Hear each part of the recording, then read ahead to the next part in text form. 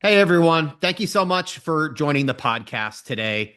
Sometimes, when helping a financial advisor explore independence, the advisor will get so excited about the ability to market more effectively to their community, control their profit, their P&L more effectively, have true ownership in their business, be able to hire who they want, when they want, grow inorganically, build enterprise value, all of these different things. But when it comes down to actually opening up the office space, setting up payroll, and a whole bunch of other alien ideas that are really unfamiliar to a W 2 advisor, they kind of start to pull back on their dream a little bit, just due to either the fear of unknown, of owning a business, or the responsibilities of running a business just getting in the way of them taking care of their clients. And it doesn't necessarily have to be that way. Scott Wilson is on our podcast today. He's the chief operating officer of Kestra Private Wealth Services. It's one of the premier full service independent shops that help financial advisors get independent as easy as possible for some of the elite advisors out there in the industry. He has personally, with his own hands, built over 150 independent offices for his partner firms from the ground up and has arguably opened up more independent offices than anyone else in the industry. So he has a really good grasp on the different options out there in the independent world, the RIA world, the economics, and what it takes to actually open up an office. So it'll be a great resource for this conversation today. Scott, thank you as always for hopping on the call. I really appreciate it. Thanks, Corey. Really appreciate the invite and look forward to talking about sort of what the alternatives are in the independent space and where the Kestra Private Wealth fully supported model sort of fits into that ecosystem. Maybe I'll start a little bit with how we see it when we develop the platform and where we feel the fully supported model fits within, the scope of the alternatives for independence. I mean, certainly there are four different alternatives really out there that we compete against. You can go start your own RA if you feel like you're large enough to do that. You have the traditional independent model, which the alternatives are shrinking by the hour, but that is one of the platforms that's available. We sort of fit underneath that in a fully supported model. And then lastly, you can always go into the sort of W-2 independent model that gives you optionality downstream. The reason that we built the model, Corey, was really designed for advisors, of which you just mentioned, people that are, fearful and not really wanting, or do they have the infrastructure to really, set up a business and run the business as well. And we built the model, as you can see on the screen, with really four different pillars in mind. We target advisors traditionally at wirehouse firms that have been at a firm as a W-2 employee, and every day they come in, they hit the on button and they start doing business, right? And everything's easy. Our target model are those folks that feel it's time for them to own their own firm as a 1099 independent contractor, and they want to have help with certain aspects of the business, but in the end, they still want to manage their own money. They still want to have their own, as many employees as they want to have with whatever HR policies that they want. We are here to do the middle and back office. And the four key components of that structure when we initially started was we want to handle your real estate, we want to handle all your technology and equipment, and we want to do your compliance. Those are really four key pillars. Now, within each one of those, some folks, as you mentioned, are really not built to set up real estate, to furnish it, to do the low voltage, to get everything in order with all of the services, the utilities, the cable, the internet. They don't want to equip it. They don't want to get the scanner and copier. They don't want to get kitchen supplies. They don't want to build out the laptop, the docking station, the dual monitors, the telephony, the signage. And really nobody wants to be in the compliance business per se. So we handle really all of those four key pillars. I think when we look at that, Corey, the one component that I think people forget to really, think about, what are the costs to really set up the business? Really, that are going to come out of your pocket. When we set up an office, now this is designed for all these categories are designed for a $2 million producer with approximately 250 million in assets. Let's call it three advisors and a couple support staff. That's your prototypical, private wealth office.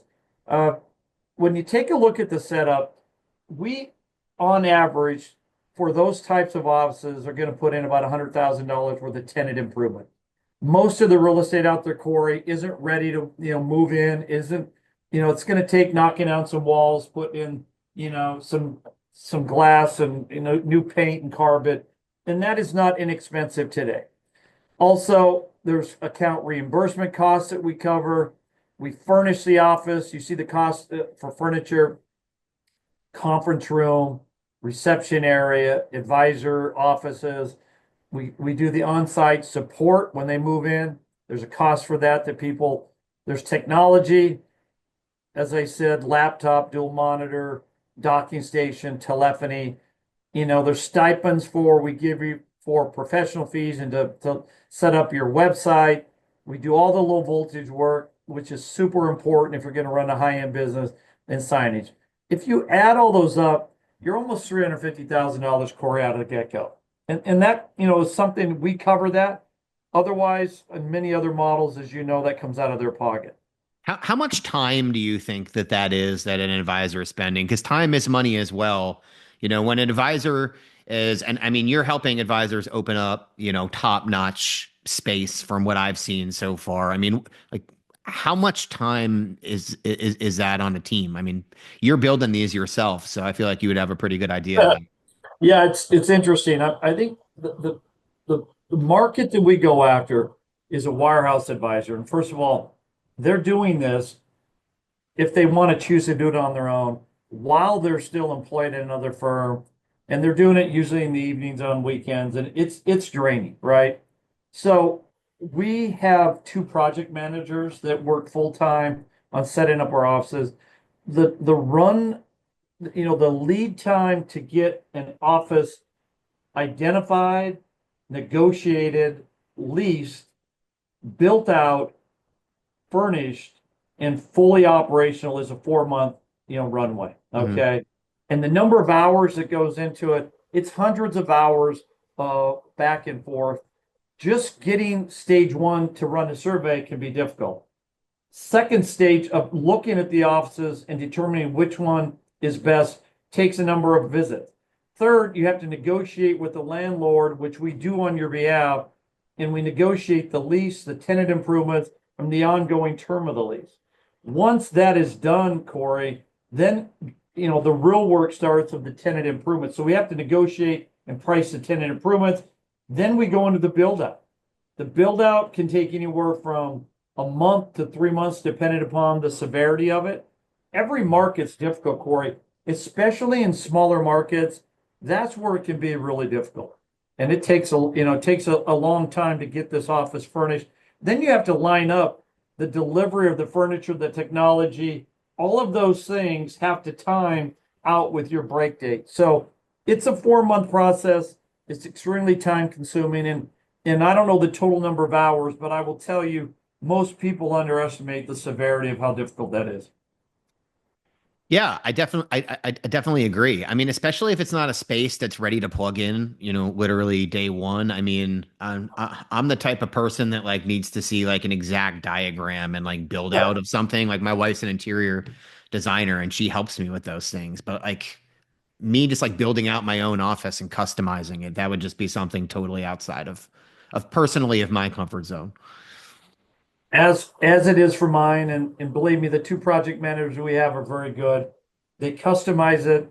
They work with you to pick out the colors of the carpet, the walls. We get the furniture, we have 3 or 4 different options. Once you make those choices, you get out of the way, you focus on getting your business ready to transfer, and we do all the rest. And that's really what the fully supported model is designed to do for you. So, Scott, I think a lot of financial advisors are, they're listening on the podcast right now and they feel like that's something that could be really, really attractive. That the only thing they need to focus on is bringing over their clients, keeping them happy and just being laser focused on kind of client service and growth. But, I'm sure they have some fear that, that would really eat into the profitability of independence. From your experience launching a firm, what's the delta in terms of somebody doing this on their own versus them plugging in with a solution like yours? Because I'm sure they compare both side by side. We do. I think, look, the top line payout for most, traditional independent models, call it 88 to 95% dependent upon the level of your production. Most fully supported models, in this example that's on the screen, Corey, this is a 75% payout for a $2 million team. Our top line payout is 82, right? So, but if you go through the example, I think most advisors try to net from cash flow between 60 and somewhere in the low 70s, depending upon the quality of the real estate you have, the support staff you have, and the way you run your business. But in this example, for a $2 million producer at a 75% payout, you're going to have a $500,000 reduction from the grid. And then we would traditionally, for this type of office, see about $300,000 worth of direct expenses to net 60%, really at a worst case scenario. I guess the question you would ask is, what would that same advisor make if they're at a wirehouse? Obviously, you can see it's a lot less. That's an easy comparison. But if you're going through the direct channel and paying for your own real estate and all the things that we would cover, we see traditionally about a 5% spread between a direct traditional independent model and ours. Okay. Now, I guess you would ask, what does that make up in terms of the types of things that we pay for, right? Now, under our model, on a direct cash flow basis, we are going to pay for the rent. Traditionally, rent is about 5% of your top line number. We're going to pay for ongoing utilities. Traditionally, that's about 3%. So when you look at the types of things that make up the delta, if you're going to have high quality real estate, you're going to expose yourself, with 5% to that. Ongoing expenses, 3%. And then all of those items, Corey, that we talked about for starting up your business usually represent another 10% of the flow. So when you net it all out, you're going to fall somewhere with a delta of 5%. Then you have to say to yourself, all right, that 5% on a $2 million practice, is that extra $100,000 worth the time that I have to spend to run my business? And many advisors that end up going into the fully supported model with us or one of our competitors, I think in the end, they don't see themselves fixing the copper when there's something wrong with it, or the internet. They don't see themselves setting up auto pay. They don't want to do all the problem resolution for technology. They just feel like in the end, their time is worth far more than that delta of 5%. And that's really when we start running analyses, if you take 60% upwards to 70% net cash flow, you analyze the amount of upfront capital, and you add back the time of your value, most all of these end up somewhere all in the mid 70% range when you take upfront capital, net cash flow. We try to get them somewhere between 70 and 75. Gotcha. Yeah. I mean, that makes sense, especially from a wirehouse, where they're coming from a 45% max payout, and they were hiring someone to do all of these things for them. It's still a humongous increase in cash flow. And I think there's two people out there. There's people that, are going to want to do every single thing themselves to maximize, their profitability. And obviously that's not going to be a good fit for your platform, but there's plenty of advisors out there. And I'm kind of the mind as well. I mean, in my business, I try to outsource whatever I can so I can maximize, time helping my clients market, build my business. So me personally, I see a ton of value in a model like this for sure. Yeah, look, as you and I have talked about many times, I think there are a number of teams that underestimate the infrastructure that's required. I think the people, if you're looking for I'll end with this, a fully supported model. I think people that end up going in this direction are generally people that number one, do not want to beef up on infrastructure and have a bunch of employees. They don't want to have a CCO. They don't want to have a COO, and they don't want to, be in a position where they have to run a big business. That's the first one. The second one is people that are growing rapidly. Time is an incredibly valuable thing to them. And, if you're growing rapidly and you have a big book of business and you have a lifestyle, many people are parents, they have children, right? They travel a lot and they don't want to be burdened by worrying about what happens when they're away from the office when it comes to all the things that we do. Replacing technology, servicing technology, and managing the real estate footprint, it is an extremely expensive proposition today with all the increased costs to really build out an office, furnish it, and then maintain it. We do this into perpetuity. And I think that's the last thing that I would talk about is many of the competitors out there may do this initially, but our model does it into perpetuity. When the leases roll over, we are there for you as long as we have a relationship together. And I think that's super important for many of the clients that we service today. Yeah, 100%. I mean, this just isn't, helping for the initial fear of the unknown. These are things that are outsourced over a long period of time to, for example, like if someone has a tech problem or a computer problem or, a server problem, whose responsibility is that under your model? Yeah, the beauty is we have I don't know how we have a full vetted supported tech team that handles the day-to-day infrastructure, the setup, and all of the cyber. I mean, the big issues that we see with firms setting up their own shops is they're really not adequately covered from a cyber perspective. They don't know who to go to, that somebody, finding local technology support can be incredibly difficult. So we do remote and on-site. So we have a national contract with a company that'll come out to your office if we can't fix it immediately over the phone. I have a team of 10 people that we service all aspects of the business.